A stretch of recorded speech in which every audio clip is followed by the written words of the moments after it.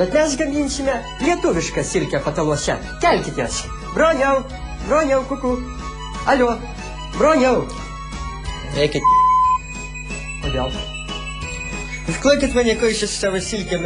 Aš taip gerai labas vakaras mėgoju. Kelkitės, Broniau, kelkitės. Jūsų šou prasidėjo kulinarinis. Taip, mano kulinarinis šou prasidėjo.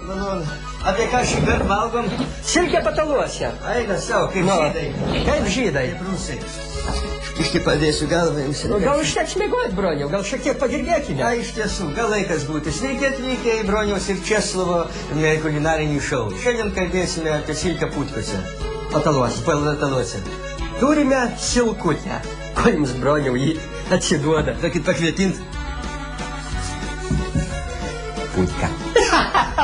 Laukiau šito atsakymo ir darysime dabar silkutę pataluose. Iš patalų svarbiausia yra pasiimti viską, kas yra geriausia. Labai tinka mums plunksnos. Kur išpirko šitą pagalbę? Parduotuvėj skaitau, parduotuvėj kažkoje. Padėvėta pagalbė parduotuvėj? Jo. Čia senuko kažkokio galvelio matyt buvo. Plaukų žilų kiek daug žiūrėjau. Oi, bet matai dabar... Matyt, žmogus ir pasimerė ant šitos pagalvėlės. Daugiau pardavė giminaičiai. Taigi, tęskite savo labai įdomią istoriją. Matai, paskutiniu metu nebėra pagalvių su plunksnom. Aina savo, man tai žinokit, tas labai nepriimtina. O žinot, kodėl nebėra? Štai, kad paukščių gripas. Labai lengva nuo pagalvės užsikrėsti. Aš tai savo pušį nusikirbu ir prigrūdu pagalvę. Oi, tai čiagi labai sveika. Labai sveika. Tas erkutės mažytės, kur gyvena pataluose, tai jos nepuola. Nes jas nugali mano gaktinės upelės, kurios suvaldo tas erkutės. Nu va, iš koldros... Iš koldros mes paėmam... Oi, kokio...